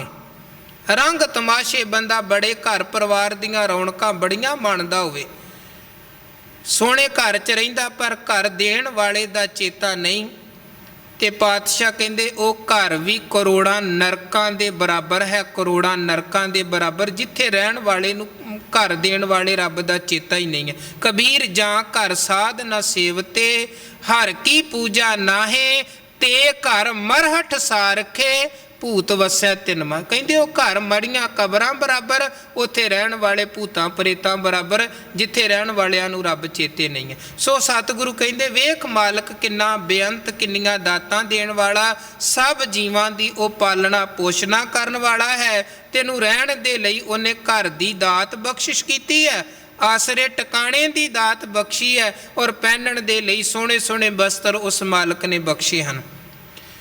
ਸਿਰਜੰਤ ਰਤਨ ਜਨਮ ਚਤੁਰ ਚੇਤਨ, ਉਹਨੇ ਸੋਹਣਾ ਅਮੋਲਕ ਕੀਮਤੀ ਜੀਵਨ ਤੈਨੂੰ ਬਖਸ਼ਿਆ। ਬਹੁਤ ਅਮੋਲਕ ਮਨੁੱਖਾ ਦੇਹੀ ਦੀ ਬਹੁਤ ਵਡਿਆਈ ਹੈ। ਮਹਾਰਾਜ ਕਹਿੰਦੇ ਅਵਰ ਜੂਨ ਤੇਰੀ ਪਨਹਾਰੀ, ਇਸ ਧਰਤੀ ਮੈਂ ਤੇਰੀ ਸਿਕਦਾਰੀ। ਕਿੰਨਾ ਕੀਮਤੀ ਹੈ ਮਨੁੱਖਾ ਜੀਵਨ। ਕਬੀਰ ਸਾਹਿਬ ਕਹਿੰਦੇ ਦੇਵਤੇ ਵੀ ਇਸ ਮਨੁੱਖਾ ਦੇਹੀ ਨੂੰ ਪ੍ਰਾਪਤ ਕਰਨ ਦੇ ਲਈ ਲੋਚਦੇ ਨੇ। ਤੂੰ ਤੇ ਸ਼ੁਕਰ ਕਰ ਉਸ ਵਾਹਿਗੁਰੂ ਦਾ ਕਿ ਇੰਨੀ ਕੀਮਤੀ ਦੇਹੀ ਕਾਇਆ ਤੈਨੂੰ ਜੀਵਨ ਮਿਲਿਆ ਹੈ। ਇਹਨਾਂ ਜੀਵਨ ਗੁਰ ਸੇਵਾ ਤੇ ਭਗਤ ਕਮਾਈ, ਤਾਬੇ ਮਾਨਸ ਦੇਹੀ ਪਾਈ, ਇਸ ਦੇਹੀ ਕੋ ਸਿਮਰੈ ਦੇਵ, ਸੋ ਦੇਹੀ ਭਜ ਹਰ ਕੀ ਸੇਵ। ਤੇ ਜਿਹੜੇ ਨਹੀਂ ਸਿਮਰਦੇ ਉਹਨਾਂ ਬਾਰੇ ਗੁਰੂ ਕਹਿੰਦੇ ਦੁਲੱਭ ਦੇ ਪਾਈ ਵਡਭਾਗੀ, ਨਾਮ ਨਾ ਜਪੈ ਤੇ ਆਤਮ ਘਾਤੀ। ਉਹ ਤੇ ਆਪਣੀ ਆਤਮਾ ਦਾ ਆਪੇ ਹੀ ਘਾਤ ਕਰਦੇ ਪਏ ਨੇ। ਮਰ ਨਾ ਜਾਹੀ ਜਿਨ੍ਹਾਂ ਬਿਸਰਤ ਰਾਮ, ਨਾਮ ਬਿਹੁਨ ਜੀਵਨ ਕੌਣ। ਉਹ ਮਰ ਕਿਉਂ ਨਹੀਂ ਜਾਂਦੇ ਜਿਨ੍ਹਾਂ ਨੂੰ ਰੱਬ ਹੀ ਚੇਤੇ ਨਹੀਂ ਹੈ, ਕਿਉਂਕਿ ਉਹ ਜਿਉਂਦੇ ਵੀ ਤੇ ਮੁਰਦਾ ਹੀ ਹਨ। ਸੋ ਗੁਰੂ ਕਹਿੰਦੇ ਵੇਖ ਵਾਹਿਗੁਰੂ ਨੇ ਰਹਿਮਤ ਕੀਤੀ, ਸਿਰਜੰਤ ਰਤਨ ਜਨਮ, ਤੈਨੂੰ ਰਤਨ ਵਰਗਾ ਅਮੋਲਕ ਕੀਮਤੀ ਜੀਵਨ ਬਖਸ਼ਿਆ। ਚਤੁਰ ਚੇਤਨ ਹੈ, ਸਿਆਣਪਾਂ ਬਖਸ਼ੀਆਂ, ਚੇਤਨਤਾ ਦੀ ਦਾਤ ਬਖਸ਼ਿਸ਼ ਕੀਤੀ। ਉਹ ਅੰਦਰ ਵਰਤਦੀ ਹੋਈ ਜੋਤ ਚੇਤਨਤਾ, ਜਿਹਦੇ ਸਹਾਰੇ ਬੰਦਾ ਜਿਉਂਦਾ ਗਿਣਿਆ ਜਾਂਦਾ। ਚੇਤਨਤਾ ਹੈ, ਜਿਉਂਦਾ ਹੈ। ਜੇ ਉਹ ਅੰਦਰ ਦੀ ਆਤਮ ਸੱਤਾ ਨਾ ਹੋਵੇ, ਜਿਹਨੂੰ ਜੋਤ ਕਿਹਾ, ਆਤਮਾ ਕਿਹਾ, ਉਹਦੇ ਤੋਂ ਬਿਨਾਂ ਸਰੀਰ ਮੁਰਦਾ ਹੈ। ਸਰੀਰ ਮੁਰਦਾ ਹੈ। ਮੁਰਦੇ ਦੇ ਅੰਦਰੋਂ ਆਤਮਾ ਹੀ ਅਲੱਗ ਹੁੰਦੀ ਹੈ, ਤੇ ਉਹ ਅੱਖਾਂ ਤੇ ਹਨ, ਸਰੀਰ ਦੇ ਬਾਕੀ ਅੰਗ ਤੇ ਹਨ, ਪਰ ਉਹ ਕੰਮ ਕੋਈ ਨਹੀਂ ਕਰ ਸਕਦਾ। ਕਿਉਂਕਿ ਜਿਹੜੀ ਅੰਦਰ ਚੇਤਨਤਾ ਸੀ, ਜਿਵੇਂ ਬਿਜਲੀ ਦੇ ਨਾਲ ਕਿੰਨੀਆਂ ਚੀਜ਼ਾਂ ਚੱਲਦੀਆਂ ਹਨ, ਪੱਖਾ ਤੇ ਹੈ, ਪਰ ਜੇ ਬਿਜਲੀ ਪਾਵਰ ਨਾ ਹੋਵੇ ਤੇ ਪੱਖਾ ਨਹੀਂ ਚੱਲ ਸਕਦਾ। ਬਲਬ ਤੇ ਹੈ, ਲਾਈਟ ਹੈ, ਪਰ ਜੇ ਪਿੱਛੋਂ ਪਾਵਰ ਹੀ ਨਹੀਂ ਹੈ ਤੇ ਫਿਰ ਉਹ ਬੇਅਰਥ ਹੈ। ਇਸੇ ਤਰ੍ਹਾਂ ਉਹ ਇੱਕ ਕੁਦਰਤ ਦੀ ਕਾਦਰ ਦੀ ਪਾਵਰ ਸਾਨੂੰ ਸਰੀਰਕ ਤੌਰ ਤੇ ਮਿਲਦੀ ਹੈ, ਅੱਖਾਂ ਨੂੰ ਮਿਲਦੀ ਹੈ, ਅੱਖਾਂ ਵੇਂਦੀਆਂ ਨੇ, ਜ਼ੁਬਾਨ ਨੂੰ ਉਹ ਤਾਕਤ ਮਿਲਦੀ, ਜ਼ੁਬਾਨ ਬੋਲਦੀ, ਕੰਨਾਂ ਨੂੰ ਤਾਕਤ ਮਿਲਦੀ, ਕੰਨ ਸੁਣਦੇ ਨੇ। ਸਮੁੱਚੇ ਰੂਪ ਦੇ ਵਿੱਚ ਇਹ ਸਰੀਰ ਕਿਰਿਆ ਕਰਮ ਕਰਦਾ ਹੈ। ਕਦੋਂ? ਜੇ ਇਹਨੂੰ ਉਹ ਤਾਕਤ ਮਿਲੀ ਹੈ। ਤੇ ਜਿਸ ਦਿਨ ਤਾਕਤ ਵੱਖਰੀ ਹੋ ਗਈ, ਉਸ ਦਿਨ ਤਾਂ ਫਿਰ ਰੇ ਬੌਰੇ ਤੋਂ ਘੜੀ ਨਾ ਰੱਖੈ ਕੋਈ। ਕੋਈ ਘੜੀ ਵੀ ਰੱਖਣ ਦੇ ਲਈ ਤਿਆਰ ਨਹੀਂ ਹੁੰਦਾ, ਕਿਉਂਕਿ ਜੋਤ ਬੁੱਝ ਚੁੱਕੀ ਹੈ। ਸੋ ਮਹਾਰਾਜ ਕਹਿੰਦੇ ਉਸੇ ਮਾਲਕ ਨੇ ਤੈਨੂੰ ਸਿਆਣਪਾਂ ਗਿਆਨ ਬਖਸ਼ਿਆ ਹੈ, ਔਰ ਉਸੇ ਮਾਲਕ ਨੇ ਰਹਿਮਤ ਕਰਕੇ ਚੇਤਨਤਾ ਦੀ ਦਾਤ ਬਖਸ਼ੀ ਹੈ। ਵਰਤੰਤ ਸੁਖ ਆਨੰਦ ਪ੍ਰਸਾਦੈ, ਉਹਦੀ ਹੀ ਕਿਰਪਾ। ਪ੍ਰਸਾਦੈ ਦਾ ਭਾਵ ਹੈ ਕਿਰਪਾ। ਉਹਦੀ ਕਿਰਪਾ ਰਹਿਮਤ ਸਦਕਾ ਤੇਰੇ ਜੀਵਨ ਅੰਦਰ ਸੁਖ ਆਨੰਦ ਵਰਤ ਰਿਹਾ ਹੈ, ਤੂੰ ਸੁਖੀ ਹੋ ਕੇ ਜਿਉਂਦਾ ਪਿਆ ਹੈ, ਉਸ ਦਾਤੇ ਦੀ ਕਿਰਪਾ ਹੈ। ਤੇ ਹੁਣ ਜਿਹੜੇ ਮਾਲਕ ਨੇ ਇੰਨਾ ਕੁਝ ਬਖਸ਼ਿਆ, ਸਿਮਰੰਤ ਨਾਨਕ ਹਰ ਹਰ ਹਰੇ, ਸਾਹਿਬ ਕਹਿੰਦੇ ਉਹਦਾ ਸਿਮਰਨ ਕਰ, ਉਹਦੀ ਇਬਾਦਤ ਕਰ। ਤੇ ਜਿਹੜੇ ਫਿਰ ਉਹਦੀ ਇਬਾਦਤ 'ਚ ਜੁੜ ਜਾਂਦੇ ਹਨ, ਇੰਨਾ ਕੁਝ ਮਾਲਕ ਨੇ ਬਖਸ਼ਿਆ, ਜਿਹਨੂੰ ਸਮਝ ਪੈ ਗਈ ਕਿ ਜੋ ਕੁਝ ਮੇਰੇ ਕੋਲ ਹੈ ਉਹ ਸਾਰਾ ਉਹਦਾ ਬਖਸ਼ਿਆ। ਹੁਣ ਵੇਖੋ 2-3 ਤਰ੍ਹਾਂ ਦੀ ਬਿਰਤੀ ਵੈਸੇ ਸੰਸਾਰ 'ਚ ਹੁੰਦੀ ਹੈ। ਇੱਕ ਤੇ ਉਹ ਹੁੰਦੇ ਹਨ ਜਿਹੜੇ ਇਹ ਕਹਿੰਦੇ ਹਨ ਕਿ ਮੇਰਾ ਤੇ ਮੇਰਾ ਹੀ ਹੈ, ਜੋ ਤੇਰਾ ਹੈ ਉਹ ਵੀ ਮੇਰਾ। ਦੂਜੇ ਦੀਆਂ ਚੀਜ਼ਾਂ ਤੇ ਵੀ ਜਿਹੜੇ ਦਾਅਵਾ ਕਰਦੇ ਹਨ। ਦੂਜੇ ਉਹ ਹੁੰਦੇ ਹਨ ਜਿਹੜੇ ਕਹਿੰਦੇ ਜੋ ਮੇਰਾ ਹੈ ਉਹ ਮੇਰਾ ਹੈ, ਜੋ ਤੇਰਾ ਹੈ ਉਹ ਤੇਰਾ ਹੈ। ਇੱਕ ਦੀਵਾਰ ਕਿ ਮੇਰੇ ਵਾਲਾ ਵੱਖਰਾ ਤੇਰੇ ਵਾਲਾ ਵੱਖਰਾ। ਤੇ ਤੀਜੇ ਨੰਬਰ ਤੇ ਉਹ ਹੁੰਦੇ ਹਨ ਕਹਿੰਦੇ ਹਨ ਹੇ ਮਾਲਕ ਜੀ ਜੋ ਤੁਹਾਡਾ ਹੈ ਉਹ ਤੇ ਤੁਹਾਡਾ ਹੀ ਹੈ, ਜੋ ਮੇਰਾ ਹੈ ਉਹ ਵੀ ਅਸਲ ਦੇ ਵਿੱਚ ਮੇਰਾ ਨਹੀਂ ਹੈ, ਉਹ ਤੁਹਾਡਾ ਹੀ ਹੈ, ਮਾਲਕ ਤਾਂ ਤੁਸੀਂ ਹੋ। ਕਬੀਰ ਸਾਹਿਬ ਕਹਿੰਦੇ ਮੇਰਾ ਕੁਝ ਨਹੀਂ ਹੈ, ਮੈਂ ਦਾਅਵਾ ਕਰਾਂ ਕਿ ਮੈਂ ਆਹ ਚੀਜ਼ ਗੁਰੂ ਨੂੰ ਰੱਬ ਨੂੰ ਭੇਟ ਕਰ ਰਿਹਾ ਹਾਂ ਆਪਣੇ ਵੱਲੋਂ। ਮੇਰਾ ਕਦੋਂ ਹੈ ਜਿਹੜਾ ਮੈਂ ਕੁਝ ਭੇਟ ਕਰ ਸਕਦਾ ਹਾਂ, ਮੈਂ ਕੁਝ ਭੇਟ ਕਰ ਸਕਦਾ ਹਾਂ। ਕਬੀਰ ਸਾਹਿਬ ਕਹਿੰਦੇ ਮੇਰਾ ਕਬੀਰ ਮੇਰਾ ਮੁਝ ਮੈਂ ਕਿਛ ਨਹੀਂ, ਜੋ ਕਿਛ ਹੈ ਸੋ ਤੇਰਾ, ਤੇਰਾ ਤੁਝ ਕੋ ਸੌਂਪ ਤੇ ਕਿਆ ਲੱਗੈ ਮੇਰਾ। ਤੇਰਾ ਤੈਨੂੰ ਭੇਟ ਕਰਦਿਆਂ ਮਾਲਕ ਜੀ ਫਿਰ ਮੇਰਾ ਵਿੱਚ ਕਿੱਥੋਂ ਆ ਗਿਆ ਕਿ ਮੈਂ ਦਾਅਵਾ ਕਰਕੇ ਕਵਾਂ ਇਹ ਮੇਰਾ ਹੈ। ਗੁਰੂ ਸਾਹਿਬ ਕਹਿੰਦੇ ਜਬ ਲਗ ਮੇਰੀ ਮੇਰੀ ਕਰੈ, ਤਬ ਲਗ ਕਾਜ ਏਕ ਨਹੀਂ ਸਰੈ। ਜੇ ਅੰਦਰ ਮੇਰੀ ਮੇਰੀ ਮੈਂ ਹੀ ਹਾਵੀ ਹੈ ਤੇ ਫਿਰ ਕੰਮ ਕੋਈ ਨਹੀਂ ਬਣਦਾ। ਹੰਕਾਰੀ ਬੰਦੇ ਦੇ ਹਰ ਕੰਮ 'ਚ ਰੁਕਾਵਟਾਂ ਪੈਂਦੀਆਂ ਨੇ। ਤੇ ਜੇ ਮੈਂ ਮੇਰੀ ਖਤਮ ਹੋ ਜਾਵੇ ਤੇ ਫਿਰ ਕਾਰਜ ਆਪਣੇ ਆਪ ਵਾਹਿਗੁਰੂ ਰਹਿਮਤ ਕਰਕੇ ਸਵਾਰਦੇ ਹਨ। ਸੋ ਇਸ ਕਰਕੇ ਜਿਹਨੂੰ ਇਹ ਸਮਝ ਪੈ ਗਈ ਕਿ ਮੇਰਾ ਕੁਝ ਨਹੀਂ ਹੈ, ਜੋ ਮੇਰੇ ਕੋਲ ਹੈ ਉਹ ਵਾਹਿਗੁਰੂ ਦਾ ਦਿੱਤਾ ਹੈ, ਤੇ ਉਹ ਵਾਹਿਗੁਰੂ ਜਨਮ ਦੇਣ ਵਾਲਾ ਹੈ, ਪਾਲਣਾ ਪੋਸ਼ਣਾ ਕਰਨ ਵਾਲਾ ਹੈ, ਰਹਿਣ ਦੇ ਲਈ ਆਸਰਾ ਉਹਨੇ ਦਿੱਤਾ, ਪਹਿਨਣ ਦੇ ਲਈ ਕੱਪੜੇ ਉਹਨੇ ਦਿੱਤੇ, ਸਿਆਣਪ ਅਕਲ ਦਾ ਦਾਤਾ ਉਹ ਹੈ, ਅੰਦਰ ਵਰਤਦੀ ਜੋਤ ਆਤਮਾ ਦਾ ਮਾਲਕ ਉਹ ਹੈ। ਉਹਦੀ ਕਿਰਪਾ ਸਦਕਾ ਹੀ ਮੈਂ ਆਨੰਦ ਸੁੱਖ ਸੰਸਾਰ ਦੇ ਭੋਗ ਰਿਹਾ ਹਾਂ। ਤੇ ਜਿਹਨੂੰ ਸਮਝ ਪੈ ਗਈ ਉਹ ਮਾਲਕ ਨੂੰ ਧਿਆਉਂਦਾ ਹੈ, ਜਪਦਾ ਹੈ। ਤੇ ਜਿਹੜਾ ਜਪਣ ਲੱਗ ਗਿਆ ਉਹਦੇ ਤੇ ਫਿਰ ਹੋਰ ਮਾਲਕ ਦੀਆਂ ਅੱਗੋਂ ਰਹਿਮਤਾਂ ਵਰਤਦੀਆਂ ਨੇ। ਅਨਿੱਤਿਆ ਰਚਨਾ ਨਿਰਮੋਹ ਤੇ, ਅਨਿੱਤਿਆ ਦੇ ਤੱਤੇ ਦੇ ਪੈਰ 'ਚ ਹਲੰਤ ਹੈ, ਤੱਤੇ ਦੇ ਸਿਹਾਰੀ ਲਗਾ ਕੇ ਐੜਾ ਲਗਾ ਕੇ ਪੜ੍ਹਨਾ ਹੈ। ਅਨਿੱਤਿਆ, ਅਨਿੱਤਿਆ ਦਾ ਭਾਵ ਹੈ ਨਾ ਰਹਿਣ ਵਾਲੇ ਪਦਾਰਥ। ਫਿਰ ਜਿਹੜਾ ਵਾਹਿਗੁਰੂ ਦੇ ਸਿਮਰਨ 'ਚ ਜੁੜ ਗਿਆ ਉਹ ਰਹਿਣ ਵਾਲੇ ਨਾ ਰਹਿਣ ਵਾਲੇ ਬਿਨਸਨਹਾਰ ਝੂਠੇ ਪਦਾਰਥਾਂ ਦੇ ਮੋਹ ਦੇ ਬੰਧਨ ਦੇ ਵਿੱਚ ਨਹੀਂ ਵੱਜਦਾ, ਕਿਉਂਕਿ ਉਹਨੂੰ ਸੱਚ ਦਾ ਪਤਾ ਲੱਗ ਗਿਆ ਸੱਚ ਕੀ ਹੈ। ਉਹਨੂੰ ਕੂੜ ਦਾ ਪਤਾ ਲੱਗ ਗਿਆ ਕੂੜ ਕੀ ਹੈ। ਉਹ ਕੂੜ ਦੀ ਪ੍ਰੀਤ ਛੱਡ ਕੇ ਸੱਚ ਦੀ ਪ੍ਰੀਤ ਦਾ ਧਾਰਨੀ ਬਣਦਾ, ਸੱਚ ਦੇ ਸਹਾਰੇ ਉਹ ਜਿਉਂਦਾ ਹੈ। ਇਦੋਂ ਅੱਗੇ 24 ਨੰਬਰ ਸ਼ਲੋਕ, ਬਹੁਤ ਪਿਆਰੇ ਬਚਨ ਇਸ ਸ਼ਲੋਕ 'ਚ ਸਤਿਗੁਰੂ ਸੱਚੇ ਪਾਤਸ਼ਾਹ ਜੀ ਨੇ ਕਹੇ ਹਨ। ਮਹਾਰਾਜ ਕਹਿੰਦੇ ਦਾਨੰ ਪਰਾ ਪੂਰਬੇਣ ਪੁਚੰਤੇ ਮਹੀਪਤੇ। ਪਿਛਲੇ ਜਨਮਾਂ 'ਚ ਜਿਨ੍ਹਾਂ ਨੇ ਚੰਗੇ ਕਰਮ ਕੀਤੇ ਉਹਨਾਂ ਨੂੰ ਅੱਗੇ ਚੰਗੇ ਕਰਮਾਂ ਦਾ ਫਲ ਪ੍ਰਾਪਤ ਹੋਇਆ, ਤੇ ਇਸ ਜਨਮ ਦੇ ਵਿੱਚ ਉਹ ਬਣ ਗਏ ਰਾਜੇ ਮਹਾਰਾਜੇ, ਬਾਦਸ਼ਾਹੀਆਂ ਪਾਤਸ਼ਾਹੀਆਂ ਹੁਣ ਭੋਗ ਰਹੇ ਨੇ। ਕਿਉਂ? ਕਿਉਂਕਿ ਪਿੱਛੇ ਚੰਗੇ ਕੰਮ ਕੀਤੇ ਸਨ, ਕਰਮ ਕੀਤੇ ਸਨ। ਜਦੋਂ ਆਪਾਂ ਗੁਰਪ੍ਰਤਾਪ ਸੂਰਜ ਗ੍ਰੰਥ 'ਚ ਗੁਰੂ ਸਾਹਿਬਾਨਾਂ ਦਾ ਜੀਵਨ ਇਤਿਹਾਸ ਪੜ੍ਹਦੇ ਹਾਂ, ਉੱਥੇ ਇਹ ਚੀਜ਼ ਬਹੁਤ ਥਾਵਾਂ 'ਤੇ ਜ਼ਿਕਰ ਆਉਂਦਾ ਹੈ ਕਿ ਜਿਹੜੇ ਸੇਵਾ ਕਰਨ ਵਾਲੇ ਹੁੰਦੇ ਹਨ, ਸੇਵਕ ਜਾਂ ਮੈਦਾਨੇ ਜੰਗ ਦੇ ਵਿੱਚ ਜੂਝਣ ਵਾਲੇ ਯੋਧੇ ਹਨ, ਦੋ ਤਰ੍ਹਾਂ ਦੀ ਬਿਰਤੀ ਵਾਲੇ ਹੁੰਦੇ ਨੇ। ਇੱਕ ਨਿਸ਼ਕਾਮੀ ਬਿਰਤੀ, ਇੱਕ ਸਹਿਕਾਮੀ ਬਿਰਤੀ। ਨਿਸ਼ਕਾਮੀ ਬਿਰਤੀ ਦਾ ਭਾਵ ਕਿ ਜਿਹੜੇ ਸੇਵਾ ਕਰ ਰਹੇ ਨੇ, ਭਾਵੇਂ ਗੁਰੂ ਨੇ ਮੈਦਾਨੇ ਜੰਗ 'ਚ ਜੂਝਣ ਦੀ ਸੇਵਾ ਲਾਈ ਹੈ ਜਾਂ ਹੋਰ ਦੂਜੀਆਂ ਸੇਵਾਵਾਂ ਹਨ, ਪਰ ਕੁਝ ਮਿੱਥ ਕੇ ਸੇਵਾ ਨਹੀਂ ਕਰ ਰਹੇ ਕਿ ਇਹ ਚੀਜ਼ ਪ੍ਰਾਪਤ ਹੋਵੇ। ਇੱਕ ਉਹ ਸੇਵਕ ਹੁੰਦੇ ਹਨ ਸੇਵਾ ਜਿਹੜੇ ਕਰਦੇ ਨੇ ਇੱਕ ਮਿੱਥ ਕੇ ਸੇਵਾ ਕਿ ਆਹ ਚੀਜ਼ ਮਿਲ ਜਾਏ ਉਹਦੇ ਲਈ ਉਹ ਫਿਰ ਬਹੁਤ ਸੇਵਾ ਕਰਦੇ ਹਨ। ਕਈ ਵਾਰ ਦੇ ਮਾਣ ਸਨਮਾਨ ਦੀ ਭੁੱਖ ਕਰਕੇ ਵੀ ਬੜੀ ਸੇਵਾ ਕਰਦੇ ਨੇ ਕਿ ਚੰਗਾ ਮਾਣ ਪ੍ਰਾਪਤ ਹੋਵੇ ਜੀ, ਉਹ ਬੜਾ ਸੇਵਾਦਾਰ ਹੈ। ਤਰ੍ਹਾਂ ਤਰ੍ਹਾਂ ਦੀ ਬਿਰਤੀ। ਇੱਕ ਉਹ ਹੁੰਦੇ ਹਨ ਜਿਹੜੇ ਨਿਸ਼ਕਾਮੀ ਹਨ, ਕਰਮ ਕਰ ਰਹੇ ਹਨ, ਕਾਹੂ ਫਲ ਕੀ ਇੱਛਾ ਨਹੀਂ ਬਾਛਾ, ਕੋਈ ਫਲ ਦੀ ਇੱਛਾ ਨਹੀਂ ਹੈ, ਬਸ ਸੇਵਾ 'ਚ ਲੱਗੇ ਹਨ। ਹੁਣ ਜਿਹੜੇ ਨਿਸ਼ਕਾਮੀ ਹਨ ਉਹਨਾਂ ਨੂੰ ਫਿਰ ਗੁਰੂ ਆਪਣੀ ਮਰਜ਼ੀ ਦੇ ਨਾਲ ਫਲ ਬਖਸ਼ਦੇ ਨੇ, ਕਿਉਂਕਿ ਉਹਨਾਂ ਨੇ ਤੇ ਮੰਗਿਆ ਨਹੀਂ, ਕਹਿ ਦਿੱਤਾ ਦਾਤਾ ਜੋ ਤੇਰੀ ਮਰਜ਼ੀ ਹੈ, ਅਸੀਂ ਸੇਵਾ 'ਚ ਲੱਗੇ ਆ, ਸਾਡੀ ਕੋਈ ਇੱਛਾ ਨਹੀਂ ਹੈ। ਤੇ ਉਹਨਾਂ ਤੇ ਗੁਰੂ ਦੀ ਇਹ ਕਿਰਪਾ ਵਰਤਦੀ ਹੈ ਕਿ ਗੁਰੂ ਉਹਨਾਂ ਨੂੰ ਆਪਣੇ 'ਚ ਹੀ ਅਭੇਦ ਕਰ ਲੈਂਦੇ ਨੇ, ਆਪਣੀ ਹੀ ਲੀਨਤਾ ਇੱਕ ਮਿਕਤਾ ਬਖਸ਼ ਦਿੰਦੇ ਨੇ। ਜੰਮਣ ਮਰਨ ਦੇ ਗੇੜ ਤੋਂ ਉਹ ਮੁਕਤ ਹੋ ਗਏ, ਜੋਤੀ ਜੋਤ ਰਲੀ ਸੰਪੂਰਨ ਥੀਆ ਰਾਮ।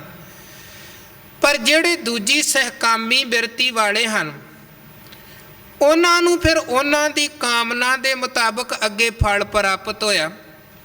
ਤੇ ਬਹੁਤ ਐਸੇ ਹੁੰਦੇ ਹਨ ਜਿਹੜੇ ਰਾਜ ਭਾਗ ਆਦਿਕ ਦੀ ਜਿਹੜੀ ਇੱਛਾ ਹੈ ਉਹ ਰੱਖ ਕੇ ਤੇ ਸੇਵਾ ਕਰਦੇ ਨੇ, ਕੋਈ ਦਾਨ ਪੁੰਨ ਕਰਦੇ ਹਨ, ਕੋਈ ਹੋਰ ਕਰਮ ਕਰਦੇ ਹਨ, ਉਹਨਾਂ ਨੂੰ ਅੱਗੇ ਫਿਰ ਉਹਦਾ ਉਸੇ ਤਰ੍ਹਾਂ ਦਾ ਫਲ ਪ੍ਰਾਪਤ ਹੁੰਦਾ ਹੈ। ਮਹਾਰਾਜ ਗੁਰੂ ਅਰਜਨ ਸਾਹਿਬ ਕਹਿੰਦੇ ਦਾਨੰ ਪਰਾ ਪੂਰਬੇਣ, ਪੂਰਬਲੇ ਜਨਮਾਂ 'ਚ ਜਾਂ ਪਿਛਲੇ ਜੀਵਨ ਦੇ ਹੀ ਪਿਛਲੇ ਪਾਠ ਦੇ ਵਿੱਚ ਜਿਸ ਦਿਨ ਮਾਣ ਮਿਲਿਆ, ਵਡਿਆਈ ਮਿਲੀ, ਕੋਈ ਰਾਜ ਭਾਗ ਤਖਤ ਤਾਜ ਅਹੁਦਾ ਮਿਲਿਆ, ਉਦੋਂ ਪਹਿਲਾਂ ਦਾ ਜਿਹੜਾ ਜੀਵਨ ਹੁਣ ਤੱਕ ਸੀ ਉਸ ਜੀਵਨ ਦੇ ਵਿੱਚ ਦਾਨ ਕੀਤਾ, ਪੁੰਨ ਕੀਤਾ, ਚੰਗੇ ਕੰਮ ਕੀਤੇ, ਉਹਦਾ ਫਿਰ ਅੱਗੇ ਫਲ ਪ੍ਰਾਪਤ ਹੋ ਗਿਆ। ਕੀ ਪੁੰਚ ਤੇ ਮਹੀਪ ਤੇ, ਹੁਣ ਮਹੀਪ ਬਣ ਗਿਆ, ਹੁਣ ਰਾਜਾ ਬਣ ਗਿਆ ਹੈ, ਹੁਣ ਕਿਸੇ ਅਹੁਦੇ ਤੇ ਪਹੁੰਚ ਗਿਆ ਹੈ। ਜਿਵੇਂ ਆਪਾਂ ਅੱਜ ਦੇ ਸਮੇਂ ਦੇ ਵਿੱਚ ਆ ਮੰਤਰੀ MLA ਮਨਿਸਟਰਾਂ ਆਦਿਕ, ਪਹਿਲਾਂ ਇਹੀ ਲੋਕ ਸਾਡੇ ਘਰ ਘਰ ਆਉਂਦੇ ਨੇ, ਸਾਡੀਆਂ ਸਮੱਸਿਆਵਾਂ ਬਾਰੇ ਵੀ ਸੁਣਦੇ ਹਨ, ਬਹੁਤ ਤਰ੍ਹਾਂ ਦੇ ਦਿਲਾਸੇ ਤੇ ਤਰਵਾਸੇ ਵੀ ਦਿੰਦੇ ਨੇ, ਲੋਕਾਂ 'ਚ ਪੈਸੇ ਵੀ ਵੰਡਦੇ ਨੇ, ਕਈਆਂ ਦੀ ਮਦਦ ਵੀ ਕਰਦੇ ਹਨ। ਇੱਕ ਭਾਵਨਾ ਹੁੰਦੀ ਆ ਉਹਨਾਂ ਦੀ, ਐਵੇਂ ਨਹੀਂ ਉਹ ਦੂਜਿਆਂ 'ਚ ਪੈਸੇ ਵੰਡੀ ਜਾਂਦੇ, ਇੱਕ ਭਾਵਨਾ ਹੁੰਦੀ ਹੈ ਕਿ ਇਹਦੇ ਬਦਲੇ ਇਹਨਾਂ ਦੀਆਂ ਵੋਟਾਂ ਮਿਲਣ ਤੇ ਅੱਗੇ ਅਸੀਂ ਤਖਤਾਂ ਤੇ ਤਾਜਾਂ ਤੇ ਮਨਿਸਟਰੀਆਂ ਤੇ ਪਹੁੰਚ ਜਾਈਏ। ਪਹਿਲਾਂ ਕਰਮ ਕੀਤਾ, ਫਿਰ ਲੋਕਾਂ ਨੇ ਵੋਟ ਪਾ ਦਿੱਤੀ, ਹੁਣ ਉਹ ਅੱਗੇ ਕੋਈ MLA ਬਣ ਗਿਆ, ਕੋਈ MP ਬਣ ਗਿਆ, ਕੋਈ ਮਨਿਸਟਰ, ਕੋਈ ਹੋਰ ਅਹੁਦਿਆਂ ਤੇ ਮੰਤਰੀ, ਪ੍ਰਧਾਨ ਮੰਤਰੀ ਤੱਕ ਦੇ ਅਹੁਦੇ ਤੇ ਪਹੁੰਚ ਗਿਆ। ਮਹਾਰਾਜ ਕਹਿੰਦੇ ਪਹਿਲਾਂ ਕੀਤੇ ਹੋਏ ਕਰਮ ਦਾ ਫਲ ਤਾਂ ਪ੍ਰਾਪਤ ਹੋ ਗਿਆ, ਇੱਕ ਜਗ੍ਹਾ ਤੇ ਉਹ ਪਹੁੰਚ ਗਿਆ ਰਾਜ ਭਾਗ ਵਾਲੀ ਥਾਂ ਤੇ। ਪਰ ਹੁਣ ਹੁੰਦਾ ਕੀ ਹੈ, ਜਦੋਂ ਰਾਜ ਪ੍ਰਾਪਤ ਹੋ ਗਿਆ, ਤਾਕਤ ਪ੍ਰਾਪਤ ਹੋ ਗਈ, ਤੇ ਉਹੀ ਲੋਕ ਫਿਰ ਜਿਹੜੀ ਜਨਤਾ ਅੱਗੇ ਪਹਿਲਾਂ ਹੱਥ ਜੋੜਦੇ ਸਨ ਫਿਰ ਉਹਨਾਂ ਦੇ ਹੱਥ ਤੋੜਨੇ ਸ਼ੁਰੂ ਕਰ ਦਿੰਦੇ ਹਨ। ਪਹਿਲਾਂ ਬੜੇ ਦਾਅਵੇ ਕਰਦੇ ਅਸੀਂ ਤੁਹਾਡਾ ਹੱਕ ਦਿਵਾਵਾਂਗੇ ਜੀ, ਤੇ ਬਾਅਦ 'ਚ ਜਦੋਂ ਉਹੀ ਲੋਕ ਹੱਕ ਮੰਗਣ ਜਾਂਦੇ ਨੇ ਤੇ ਫਿਰ ਉਹਨਾਂ ਦੇ ਨਾਲ ਕੀ ਕੁਝ ਹੁੰਦਾ ਹੈ ਆਪਾਂ ਰੋਜ਼ ਵੇਖਦੇ ਹਾਂ, ਅਖਬਾਰਾਂ 'ਚ ਵੀ ਪੜ੍ਹਦੇ, ਸਾਡੇ ਨਾਲ ਵੀ ਹੁੰਦਾ ਹੈ। ਜਦੋਂ ਆਪਾਂ ਇਨਸਾਫ ਦੀ ਕੋਈ ਦੁਹਾਈ ਦਿੰਦੇ ਹਾਂ ਤੇ ਫਿਰ ਸਾਡੇ ਤੇ ਗੋਲੀਆਂ ਵੀ ਚੱਲਦੀਆਂ ਨੇ, ਫਿਰ ਡੰਡੇ ਵੀ ਚੱਲਦੇ ਨੇ। ਮਹਾਰਾਜ ਕਹਿੰਦੇ ਕਰਮ ਪਹਿਲਾਂ ਦਾਨ ਪੁੰਨ ਕੀਤਾ, ਰਾਜਾ ਬਣ ਗਿਆ, ਪਰ ਹੁਣ ਜਦੋਂ ਰਾਜ ਭਾਗ ਪ੍ਰਾਪਤ ਕੀਤਾ ਉਦੋਂ ਬਾਅਦ ਜ਼ੁਲਮ ਅਤਿਆਚਾਰ ਸ਼ੁਰੂ ਕਰ ਦਿੱਤਾ, ਹੰਕਾਰ ਦੇ ਨਾਲ ਮੱਤ ਭਰ ਗਈ, ਲੋਕਾਂ ਨੂੰ ਮਾਰਨਾ ਸ਼ੁਰੂ ਕਰ ਦਿੱਤਾ। ਪਾਤਸ਼ਾਹ ਕਹਿੰਦੇ ਦਾਨੰ ਪਰਾ ਪੂਰਬੇਣ ਪੁਚੰਤੇ ਮਹੀਪਤੇ, ਵਿਪਰੀਤ ਬੁੱਧਿਅੰਗ ਮਾਰਤ ਲੋਕੈ, ਨਾਨਕ ਚਿਰੰਕਾਲ ਦੁੱਖ ਭੋਗਤੇ।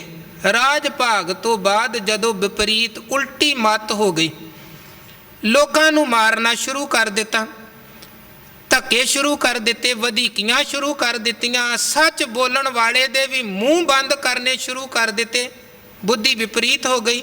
ਬੁੱਧਿਅੰਗ ਇਹ ਸ਼ਬਦ ਪੜ੍ਹਨਾ ਹੈ, ਬੁੱਧਿਅੰਗ ਧੱਦੇ ਦੇ ਸਿਹਾਰੀ ਲਗਾ ਕੇ ਐੜਾ ਤੇ ਐੜੇ ਦੇ ਉੱਪਰ ਟਿੱਪੀ, ਵਿਪਰੀਤ ਭਾਵ ਉਲਟੀ, ਵਿਪਰੀਤ ਬੁੱਧਿਅੰਗ ਮਾਰਤ ਲੋਕੈ, ਨਾਨਕ ਚਿਰੰਕਾਲ ਦੁੱਖ ਭੋਗਤੇ। ਫਿਰ ਮਹਾਰਾਜ ਕਹਿੰਦੇ ਇਹੀ ਲੋਕ ਬੜਾ ਲੰਬਾ ਸਮਾਂ ਫਿਰ ਇਹਨਾਂ ਨੂੰ ਦੁੱਖ ਭੋਗਣਾ ਪੈਂਦਾ ਜੇ, ਫਿਰ ਦੁਖੀ ਹੁੰਦੇ ਹਨ, ਤੇ ਦੁੱਖ ਵੀ ਐਸੇ ਐਸੇ ਲੱਗਦੇ ਨੇ ਜਿਹੜੇ ਕਿਸੇ ਨੂੰ ਦੱਸਣ ਜੋਗੇ ਵੀ ਨਹੀਂ ਰਹਿੰਦੇ ਹਨ।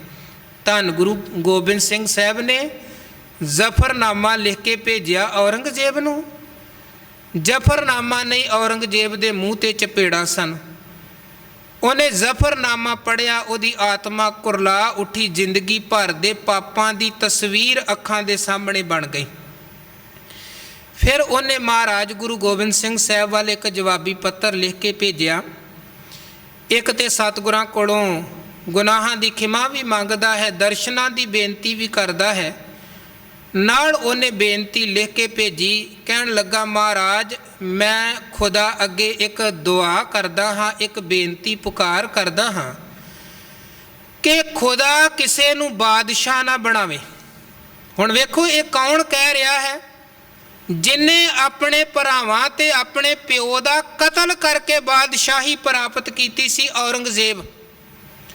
ਜਿਹੜਾ ਆਪਣੇ ਭਰਾਵਾਂ ਦੀਆਂ ਲਾਸ਼ਾਂ ਤੇ ਪੈਰ ਰੱਖ ਕੇ ਹਿੰਦੁਸਤਾਨ ਦੇ ਤਖਤ ਤੇ ਬੈਠਾ ਸੀ ਉਹ ਔਰੰਗਜ਼ੇਬ, ਜਿਨੇ ਗੁਰੂ ਤੇਗ ਬਹਾਦਰ ਸਾਹਿਬ ਸੱਚੇ ਪਾਤਸ਼ਾਹ ਜੀ ਦਾ ਸਿਰ ਧੜ ਤੋਂ ਵੱਖ ਕਰਵਾ ਦਿੱਤਾ ਸੀ, ਜਿਹਦੇ ਲਈ ਦੂਜਿਆਂ ਨੂੰ ਮਾਰਨਾ ਇੱਕ ਤਮਾਸ਼ਾ ਸੀ, ਖੇਡ ਸੀ।